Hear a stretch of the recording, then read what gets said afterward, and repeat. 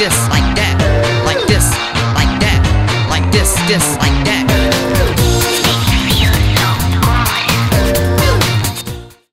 Eh bien bonjour à tous, on se retrouve pour une toute nouvelle vidéo et je suis vraiment très heureux de se retrouver pour cet épisode et permettez-moi vraiment d'exprimer ma joie puisqu'en effet aujourd'hui on va ouvrir une toute nouvelle attraction. Ça fait quelques épisodes déjà qu'elle est en travaux et c'est vrai que j'aime beaucoup les épisodes où on ouvre les attractions parce que c'est un petit peu la consécration, hein. C'est vrai qu'on donne le bébé, j'ai envie de dire, aux visiteurs, bon même si les visiteurs, voilà, ce n'est qu'une IA, ce n'est qu'une intelligence artificielle.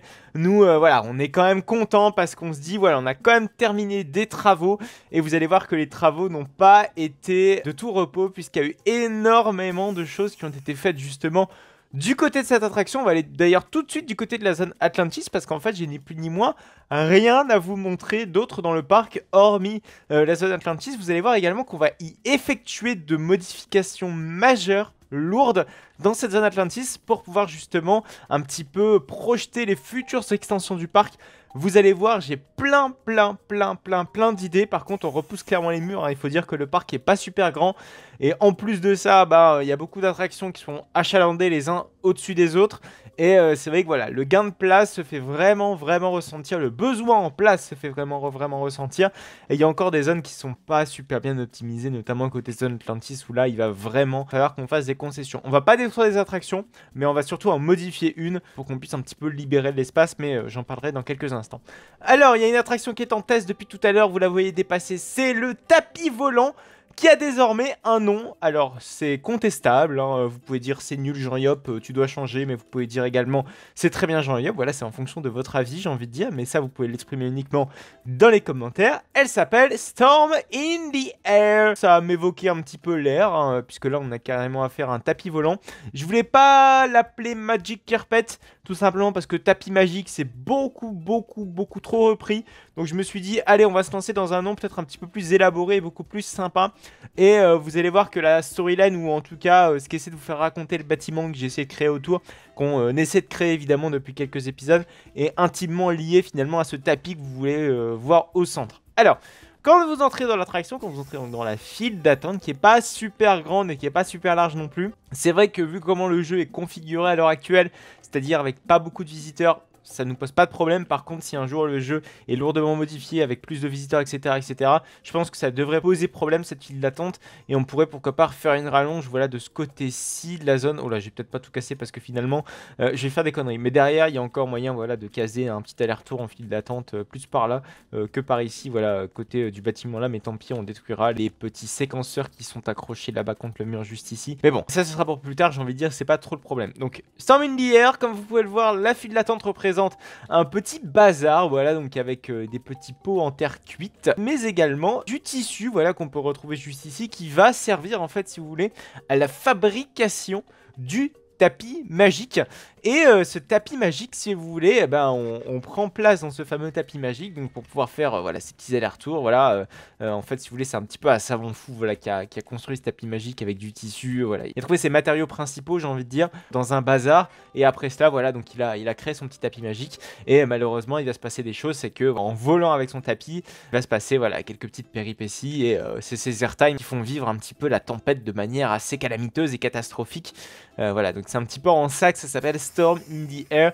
Et là, storyline, voilà, je voulais un petit peu expliquer donc avec tous les différents objets qu'on peut retrouver notamment dans la file d'attente avec la grosse armoire, les pots en terre cuite et surtout voilà le fil qu'on peut retrouver juste ici, qui est plutôt voilà un fil qui sert à la construction du tapis. En soi, il n'y a pas que ça, mais l'attraction n'est pas complètement terminée. C'est vrai que j'aimerais bien mettre 2-3 petits détails en plus un petit peu pour que ça rende peut-être un petit peu plus sympa.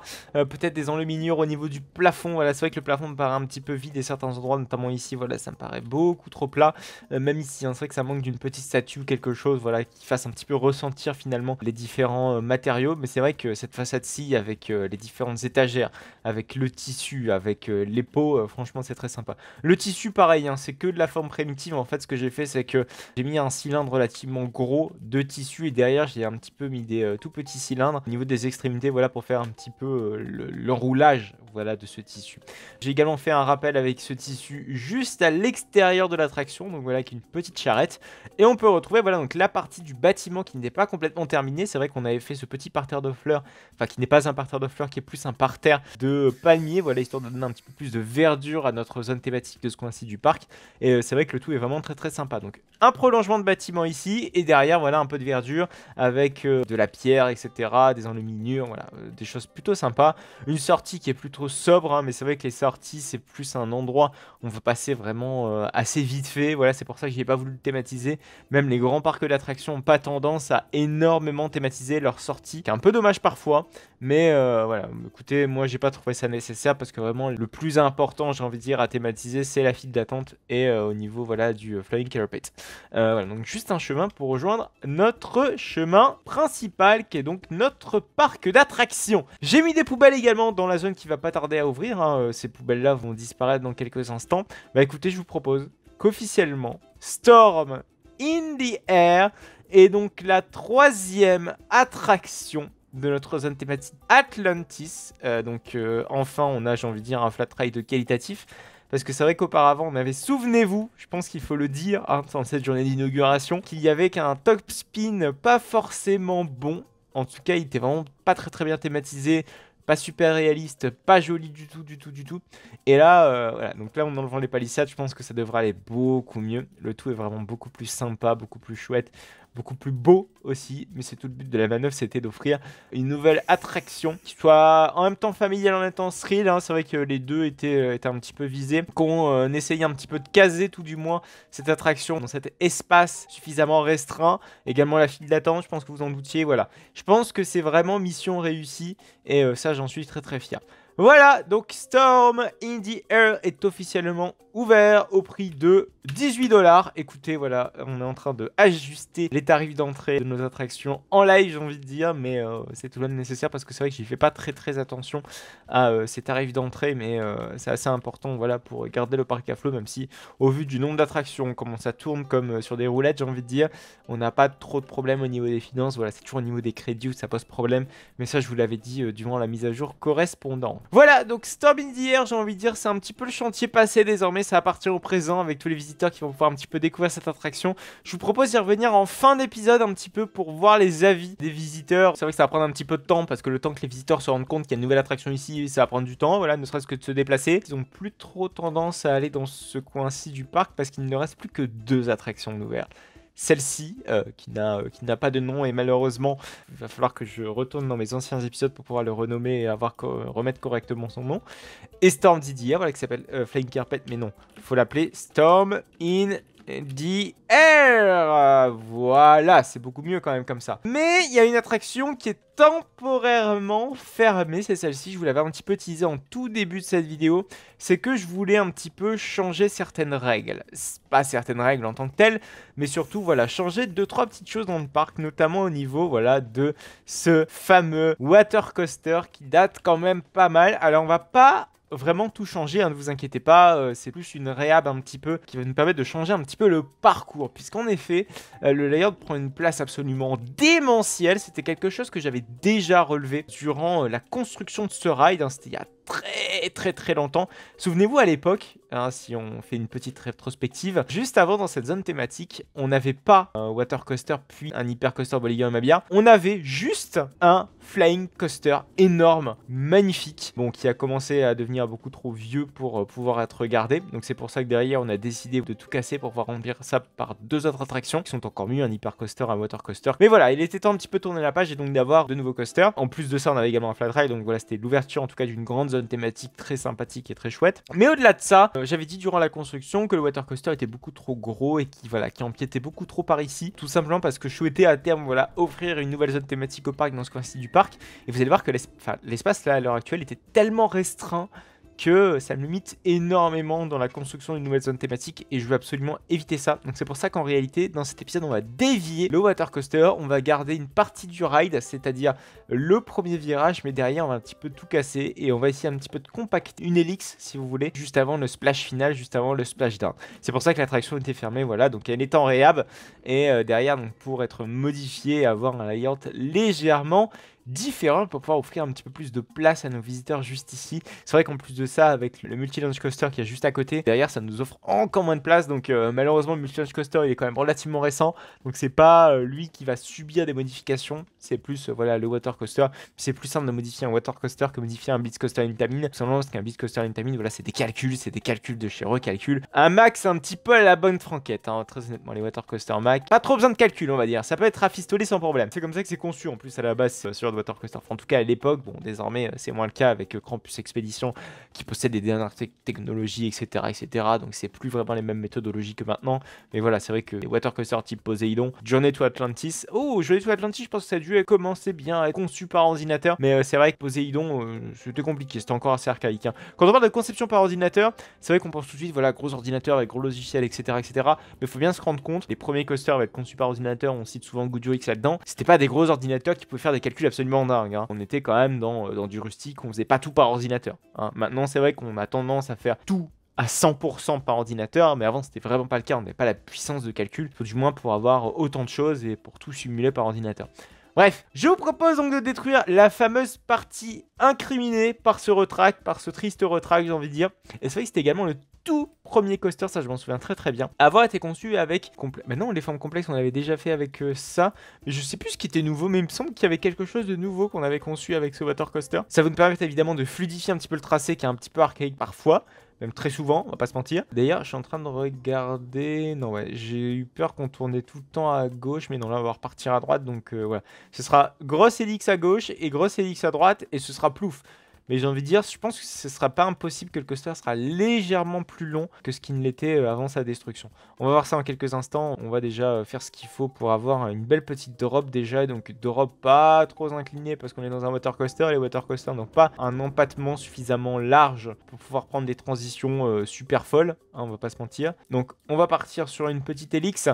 On va essayer de prendre une hélice oh là là, déjà bien conçue. Déjà, on va aller quand même peut-être un tout petit peu plus par ici. Ce serait quand même très sympa. Putain, ça fait longtemps que j'ai pas touché à l'éditeur de montagne russe. C'est vrai qu'on avait tendance un petit peu à se cantonner sur la thématisation fut un temps. Notre toute dernière attraction là qui était un Flying Carpet, ben, tout de suite, ben, on n'avait pas commencé à avoir touché un éditeur de montagne russe avec ça. Donc c'est vrai que ça commence à faire très très très longtemps. Mais en tout cas, c'est bien. Ça va compacter un petit peu le layout. Je pense que vous devez le voir. Puisque l'hélice va être vraiment juste ici. Bon, elle va être très compacte, et ça j'ai un petit peu peur parce que les hélices compactes chez les water coaster Mac, bah c'est pas forcément de la tarte, on va pas se mentir, on va pas se le cacher. Mais on va essayer de faire ça assez proprement, je l'espère. Alors, là c'est parti, on attaque dans le dur là, on va essayer de faire l'hélice bien recourbée. Oh là là, oh ça pue du cul ça. Oh ça pue du cul. Et là on va devoir mettre ça... pas trop loin de la file d'attente. Et qui dit pas trop loin de la file d'attente dit modification de file d'attente. Et oui, c'est merveilleux.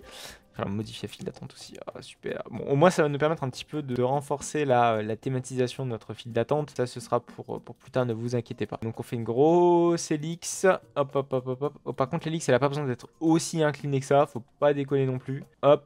Et derrière, on peut repartir... pour le plouf final. Bam, on peut même faire ça de manière moins inclinée. Par contre, il va falloir que je revoie de mon côté les calculs. Je suis d'accord avec vous, c'est pas ce qu'il y a de plus ouf. C'est néanmoins, pour l'instant, satisfaisant. Je dis pour l'instant. Là, je pense qu'il va falloir faire clairement mieux. On a de quoi faire clairement mieux. Et j'ai aucun doute là-dessus qu'on le fera. Hop, hop, hop, hop. On va essayer de, voilà, de rendre le banking peut-être un poil de cube plus agréable. Et derrière, on peut relier tout ça. Oh là là, voilà. Et c'est archaïque, hein. C'est maxi archaïque. Je suis même pas sûr que le bateau passe. Ce serait con quand même. Ce serait con que le bateau ne passe pas. Ouais, par contre, j'avais un petit doute sur l'hypercoaster à l'époque de la construction. Ça, je m'en souviens très très bien. Au niveau de la clearance de la drop. Mais là, ça ne pose pas de problème. Par contre, ce qui me pose problème, là, c'est que du coup, on n'a pas de support ici. Et ma foi, j'aimerais qu'on ait un petit support qui soit vraiment vraiment sympa à foutre entre les deux. Mais ça, j'ai envie de dire, c'est pas trop le problème du jour. Le problème du jour, c'est le water coaster qui monte. On va juste voir s'il arrive à franchir tout du moins cette colline-là. Si ce n'est pas le cas, on est foncièrement dans la merde. Il faut savoir que les bateaux de water coaster sont pas très malléables et ils ont une friction absolument de dingue. C'est pour ça que je rajoute pas trop de friction si vous voulez. Enfin, si, au contraire, je garde la friction suffisamment élevée face à d'autres roller coasters. Vous voyez la pente là, quand il a du mal à la passer. Ne serait-ce que même avant le virage là-bas, il avait beaucoup de mal. Bon, là, ça a l'air de le faire. Par contre, la transition m'a l'air d'être beaucoup trop brusque par rapport à l'empattement du train. Bah écoutez, ça passe. Ça passe. Du coup, le coaster est moins long, mais il a l'air de passer. Du coup, je pense qu'il va falloir que je fasse d'ici la fois prochaine. Voilà, c'est refaire les leaks. Parce que je suis d'accord avec vous, les leaks c'est absolument immonde, dégueulasse, tout ce que vous voulez, tout ce qui finit par as. J'ai vraiment pas fait exprès, mais ça peut être très bizarre dit comme ça. Donc voilà, c'est clairement pas ce qu'il y a de mieux pour l'instant. Pour la prochaine fois, je retravaillerai un petit peu ce virage et on ira un petit peu explorer la file d'attente, voilà, refaire une petite refonte. Ne vous inquiétez pas, ce chantier du Splash Coaster là n'est pas un gros chantier, voilà, c'est un chantier un petit peu préparatoire. Parce que derrière, regardez l'espace qu'on libère quoi. On libère un espace de dingue. Et ça va nous être super utile pour une prochaine zone thématique avec potentiellement un autre coaster qui sera super compact mais qui sera pas des moins intéressants. Vous allez voir ça très très bientôt. J'ai vraiment des projets très sympas qui vont se concrétiser donc dans cette zone thématique. Si, voilà, donc je vous propose un petit peu de revenir du côté de notre Flying Carpet, voir si nos visiteurs ont bien eu accès à notre attraction. Ah, visible, on a des visiteurs là-bas qui ont la banane. Est-ce qu'ils ont vraiment eu la banane? Forbidden Cruise, on s'en fout. Ils n'ont pas d'autres avis assez sympas là. Info visiteurs, pareil, ils veulent tous visiter le Dark Ride. D'ailleurs, je m'en fous. Ok, tu veux quitter le parc. J'ai faim! Bah en fait, si tout le monde s'en fout, donc je pense qu'il faut cliquer plutôt sur le Flying Carpet pour voir donc les différentes pensées des visiteurs. Personne ne pense à Storm ZDR. Donc ça veut dire que c'est un échec. Non, c'est pas complètement un échec. Il faut dire que c'est une attraction secondaire, Storm ZDR. Donc derrière, forcément, nos visiteurs ne vont pas penser jour et nuit à cette attraction. Hein. C'est comme les abeilles à Nigloland. Voilà, c'est vrai que c'est une attraction qui n'est pas majeure du tout, même à Nigloland, mais elle était nécessaire tout du moins pour augmenter un petit peu la qualité du parc en général, l'offre globale en matière de qualité. Et c'est vrai que Storm ZDR, un petit peu dans cet esprit-ci, hein, c'est vrai qu'on n'est pas sur un flat ride de ouf, on n'est pas sur une expérience de ouf, mais on est sur quelque chose qui vient un petit peu renforcer finalement la qualité globale de notre parc et même la qualité globale de notre zone thématique. Hein, parce que c'est vrai qu'auparavant, objectivement, l'ancienne attraction était clairement moins qualitative que ce qu'on a maintenant avec Storm ZDR. Donc ça, j'en suis vraiment très fier. Et dites-moi si vous aussi, parce que vous avez également participé un petit peu indirectement à Storm ZDR, à la construction de cette attraction, donc n'hésitez pas à me dire votre avis sur Storm ZDR, c'est assez important de me le dire et comme ça va me permettre également de m'améliorer. Si jamais vous voyez des petits points de défaut, n'hésitez surtout pas à me le signaler. Bah écoutez, je pense que l'épisode touche quasiment à sa fin. Vous voyez un petit peu finalement où je veux en revenir avec ce parc. On va vraiment travailler sur cette partie-ci du parc dans un avenir très proche. C'est vrai que je vous avais également parlé d'un Kiddie Coaster qui est toujours en réflexion là-dedans. Mais vous voyez que la place manque un petit peu, il faut que je trouve un endroit, etc. un accès parfois. Parce que oui, parfois, les endroits qui sont moins accessibles sont parfois des endroits où il faut créer un chemin, etc. Et c'est vrai que là, il y a de la place par exemple au niveau du Wooden Coaster. Mais malheureusement, il faut créer l'accès, il faut créer les différents backstage, etc., etc. Ça va demander du boulot. Et également, il y a un backstage. Peut-être qu'on fera ça avant d'aller s'attaquer vraiment dans le dur de la nouvelle zone thématique. On va aller voilà, du côté des backstage de notre merveilleux petit Hypercoaster qui n'a pas reçu voilà, de beaux backstage comme je le voulais auparavant. Enfin, c'est vrai que les backstage étaient en prévision, c'était déjà là depuis le début. Hein, mais vraiment, je pense que ça mérite d'avoir beaucoup plus de travail de fait sur l'Hypercoaster. Ça va nous permettre, voilà, avec cette refonte un petit peu du Splash Coaster, d'aller en profiter, d'aller titiller un petit peu l'Hypercoaster dans la foulée. Donc je pense qu'on ira s'aventurer du côté de notre zone de backstage de l'Hypercoaster. Voilà, bah écoutez, je pense que cette vidéo touche à sa fin. N'hésitez surtout pas à liker cette vidéo si jamais vous a plu, si vous souhaitez m'encourager dans ces projets que j'ai dans ce parc d'attractions. N'hésitez surtout pas également à vous abonner pour ne plus manquer aucune autre de mes vidéos. C'est super simple. Vous êtes vraiment très nombreux à regarder mes vidéos mais à ne pas vous être abonné. Donc n'hésitez surtout pas, l'abonnement est intéressant et très important. Je vous invite très sincèrement à aller voir une vidéo. C'est celle de Plopsablocks. Plopsablocks, c'est un petit serveur sur Roblox qui reproduit le parc d'attractions Plopsaland qui est un parc existant. J'en avais fait une vidéo 100% consacrée à ce serveur et vraiment il y a des choses super intéressantes. On peut contrôler à 100% un théâtre avec tous les effets lumineux, sonores, c'est dingue. Il ne vous reste plus que quelques secondes pour aller cliquer sur cette vidéo qui s'affiche juste à droite.